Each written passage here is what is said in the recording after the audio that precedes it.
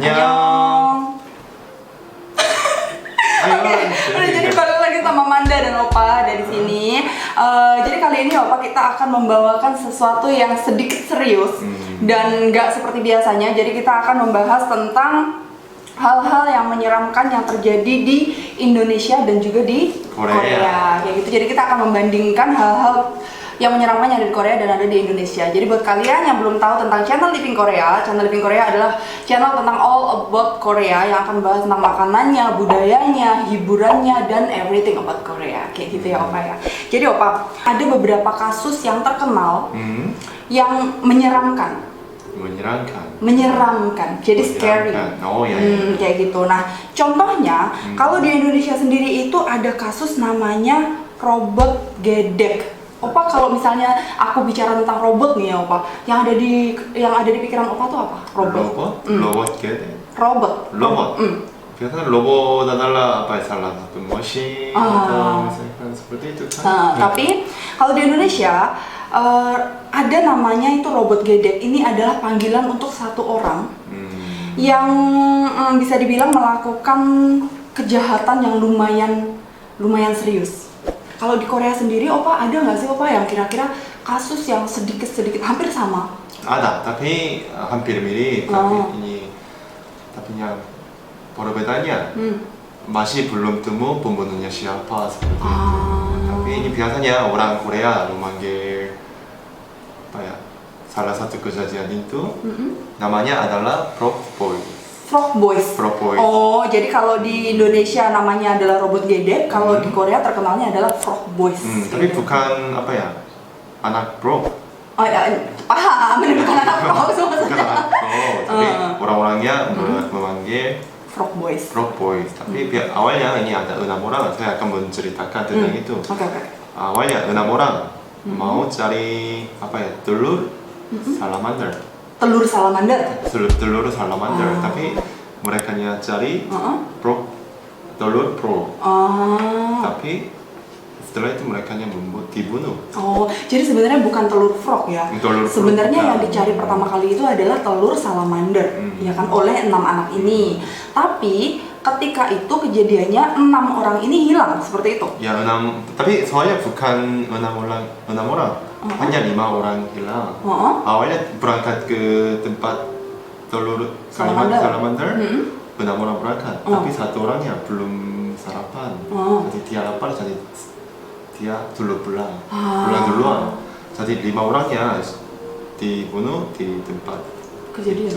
Tapi soalnya ini paling masalahnya ini belum temu pembunuhnya. Sampai sekarang. Dan itu apa ya, hukumnya udah mati.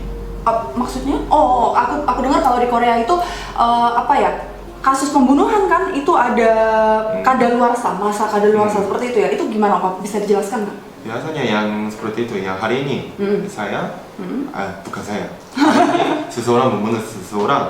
Kalau begitu 15 tahun kemudian ini yang kejadian itu enggak ada. Oh, jadi udah kadaluarsa masa hukumnya. Hukum. Jadi kalau 15 tahun, walaupun setelah 15 tahun apa ya, polisinya udah tahu kesalahan saya, mereka nggak bisa tangkap saya. Oh, karena kasusnya udah selesai. Tapi Opa, aku dengar gara-gara kasus Frog Boys ini hukum apa ya, masa kadaluarsa hukum yang awalnya 15 tahun itu jadi 25 tahun, benar nggak sih? Oh, tapi bukan masalah, bukan tadi itu. Nanti saya akan menjelaskan lagi. Ada yang seperti pembunuh, ada satu lagi. Oh, ada satu lagi, jadi bukan gara-gara ini ya. Jadi intinya sampai sekarang pembunuhnya belum ketemu, ya kan? Nah, tapi kejadiannya ini kapan Opa? Tahun berapa? Oh, ini kejadiannya itu tahun 1991. Hah? 1991? 1991. Oh, jadi kalau dihitung sampai sekarang udah lebih dari 15 tahun. Itu artinya kalaupun pelakunya atau pembunuhnya itu ketemu sekarang, nggak bisa diproses hukum kayak gitu. Tapi yang apa ya, gubernurnya benar-benar apa ya, berusaha mencari mereka. Jadi yang misalkan lebih 300 polisinya mencari mereka. 300 polisi? Lebih 300 polisi. Untuk mencari 5 orang anak ini? Tapi bukan hanya polisi, yang militer juga, polisi juga, penduduk dari kota mereka. Mereka juga bantu seperti itu, tapi sama sekali enggak ada ketemu. enggak ada. Tapi yang tahun 2002 udah temu yang apa ya? Tulang Pada tahun 2002. tulangnya udah ketemu. Tapi setelah itu memeriksakan apa ya, namanya DNA. DNA memeriksa ini kenapa? Karena dibunuh.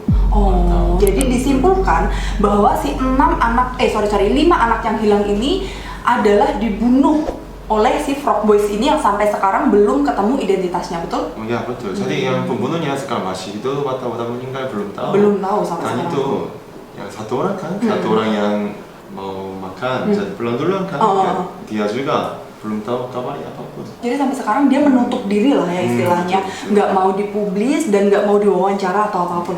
Tapi aku pernah dengar katanya pemerintahan Korea itu sampai mengeluarkan uang 35 ribu dolar untuk kasus ini, dan yang tadi Opa bilang 300 ribu atau 300 ya Opa? 300 ribu. 300 ribu polisi untuk kasus ini, bener ya? Jadi artinya pemerintah Korea itu benar-benar concern sama kasus ini sampai mengeluarkan dana sebanyak itu dan mengerahkan pasukan polisi dan militer sebanyak itu. Betul. Tapi ini bukan hanya gubernur, misalkan perusahaan-perusahaan besar seperti itu kan. Mereka juga ketika mereka membuat produk di belakangnya di produk foto wajah mereka untuk mencari gitu ya. Saat itu yang semua bukan hanya gubernur, bukan hanya polisi seperti itu, semuanya mau mencari anak-anak. Nah, karena kasus yang seperti ini akhirnya kita lebih aware dan lebih berhati-hati di sekeliling kita kayak gitu ya. Masih ada kasus-kasus yang seperti contohnya adalah robot gedek ya, kita berharap jangan sampai terulang kembali ya Pak ya. Terus ada yang Frog Boys kayak gitu. Jadi untuk kalian anak-anak orang tua di rumah itu lebih menjaga anaknya aja, lebih berhati-hati kayak gitu ya. Benar-benar cerita sedih ya. Karena misalkan contohnya seperti itu, kalau besok kita baru temu pembunuh, tapi nggak bisa tangkap ya. Karena ini yang hukumnya udah kadaluarsa. Itu 2006 udah selesai seperti itu. Udah expired lah intinya. Jadi biasanya di Korea seperti itu, yang ada 3 kejadian yang nggak bisa temu, tapi yang salah satunya ini. Jadi ada 3 kejadian yang sampai sekarang nggak bisa ketemu. Salah satunya adalah Frog Boys ini. Ya betul. Saya akan menceritakan satu lagi, karena yang tadi saya bilang ini salah satu kejadian yang belum temukan. Tapi ini salah satunya Frog Boys, dan salah satunya namanya Lee Chun-jae. Ini nama orang ya Pak ya? Ini nama orang. Tapi biasanya ini kalau siapa yang paling jahat, salah satu pembunuh, ini biasanya orang Korea yang paling yang paling dulu diingat adalah si Lee Chun-jae. Jadi Lee Chun-jae ini adalah salah satu pembunuh paling jahat yang ada di Korea kayak gitu ya. Terus gimana Opa ceritanya tentang Lee Chun-jae ini? Saya akan menjelaskannya. Tahun 1986, Lee Chun-jae-nya pembunuh satu orang pertama. Jadi kasus pertamanya adalah 1986. Kasus pertamanya 1986. Lalu sampai 1991 dia sudah membunuh 15 orang. 15 orang? 15 orang. Tapi ini kejadiannya terjadi di Hwasong. Hwasong adalah nama kota. Jadi Hwasong itu adalah nama tempat dia membunuh seperti itu. Nama kota dibunuh. Jadi orang-orangnya menyebut kejadian itu namanya Hwasong Yonsei Salin Sakon. Hwasong Yonsei Salin Sakon. 1991 kan? Polisinya belum temu ini pembunuhnya siapa. Jadi 15 orang ini belum diketahui siapa yang membunuh seperti itu ya? Memang belum tahu. Tapi 1994 seseorangnya ditangkap oleh polisi. Awalnya tidak hubungi dengan yang Hwasong Yonsei Salin Sakon. Jadi nggak ada hubungannya dengan 15 orang yang itu ya? Enggak ada hubungan. Karena alasannya dia membunuh adik ipar. Adik ipar. Adik ipar. Jadi 1994 itu ada satu orang ditangkap karena membunuh adik ipar. Saat itu memang belum tahu Hwasong Yonsei Salin Sakon ini pembunuhnya siapa seperti itu. Biasanya statuta batasan di Koreanya 15 tahun. Tapi yang pertama pembunuhnya tadi saya bilang 86 kan? Pertamanya 86 Soal- sampai 91. 91. Jadi kalau plus tambah 15 tahun, ini 2001 sampai 2006, ini udah selesai. Kasusnya udah selesai. Ya, statuta batasan. Tapi di tahun 2001 sampai 2006 ini juga belum ketahuan siapa yang membunuh. Belum tahu ini siapa yang membunuh seperti itu. Jadi Lee Chun Jae ini ditangkap, tapi case-nya masih tetap sama yang membunuh adik ipar. Betul. Tadi saya udah bilang kan, yang maksudnya yang tiga misteri kejadian. Yang tadi satunya Frog Boys. Frog Boys. Awalnya satunya yang itu.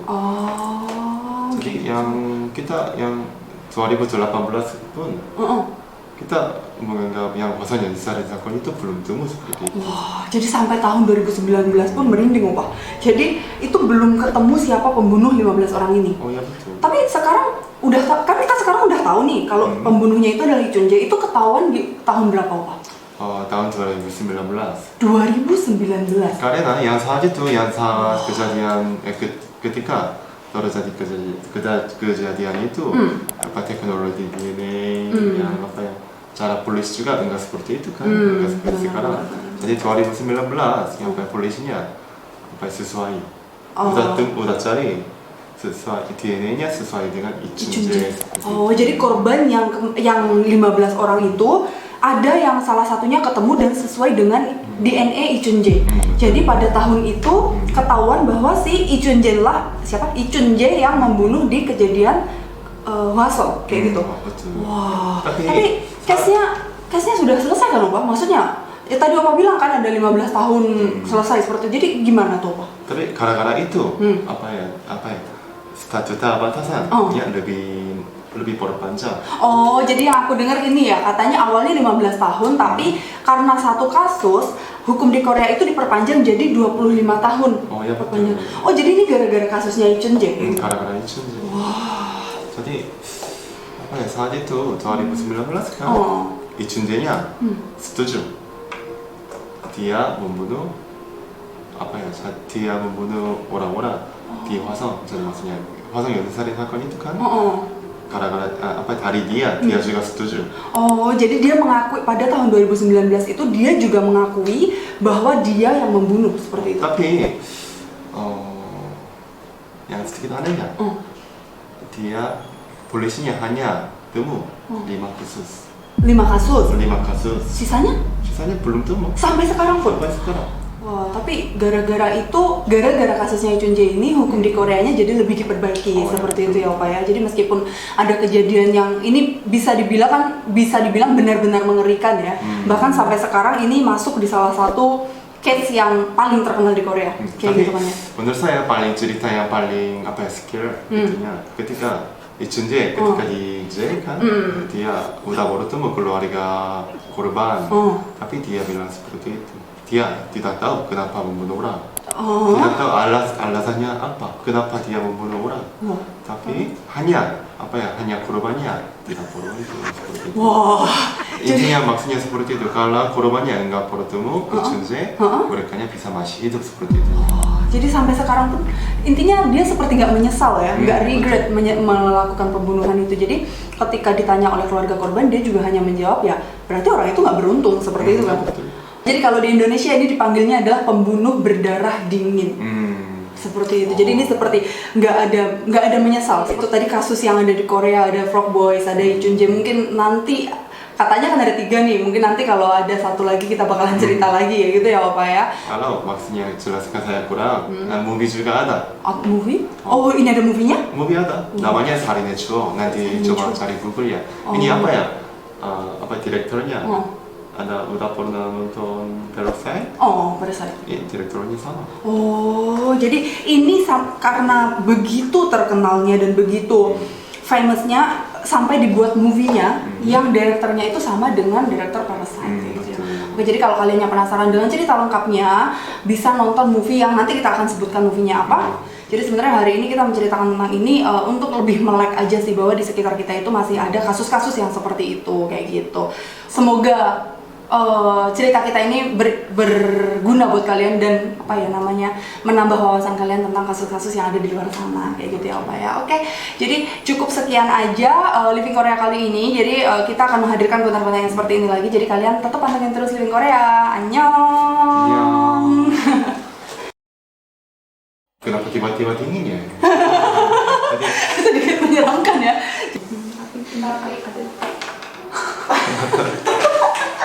Ada Frog voice.